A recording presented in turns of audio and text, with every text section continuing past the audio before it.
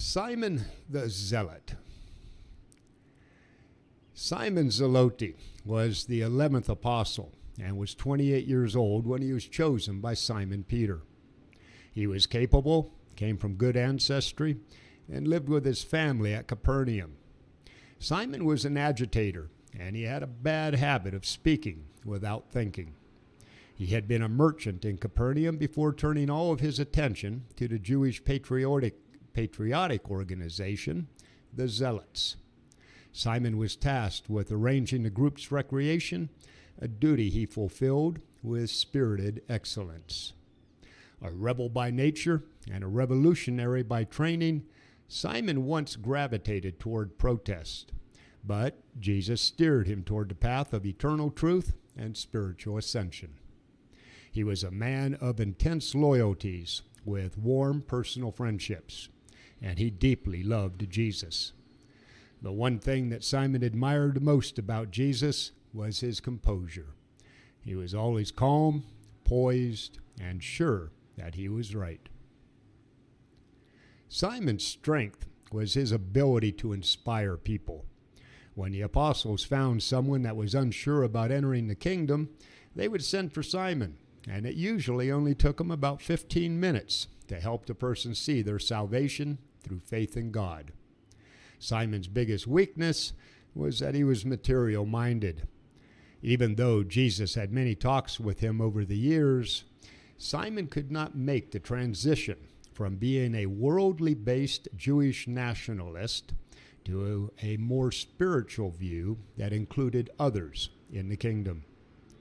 Jesus told him that it was proper to want to see the social, economic, and political orders improved, but then he would always add, "That is not the business of the kingdom of heaven. We must be dedicated to doing the Father's will. Our business is to be ambassadors of a spiritual government on high, and we must not immediately concern ourselves with anything but the representation of the will and character of the Divine Father, who stands at the head of the government whose credentials we bear." This was all hard for Simon to understand, and it took him a long time to grasp even a part of Jesus' teaching.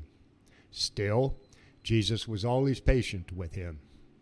Jesus was not afraid to identify himself with skeptics, patriots, laborers, optimists, publicans, pessimists, politicians, businessmen, and philosophers. Well, Simon started out as a fearless revolutionary agitating people wherever he went.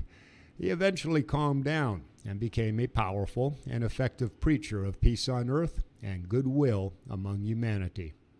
He loved to argue, and when it came to dealing with the legalistic minds of the educated Jews or the intellectual quibbling of the Greeks, the apostles always sent Simon.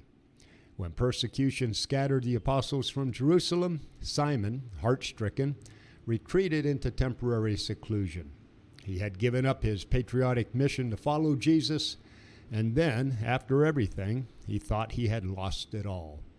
It took Simon a few years, but he eventually aroused his spirits and went forth preaching the gospel of the kingdom of God. He first went to Alexandria, and then after working his way up the Nile, he went deep into the heart of Africa, preaching the gospel of Jesus and baptizing believers along the way until he died a frail old man. Now a quick word from the heart. If this is resonating with you, if it's stirring something deep, please like, subscribe, comment your thoughts, and share with someone who might need to see this light. Peace on earth starts with us serving humanity for the sake of God, at home and beyond.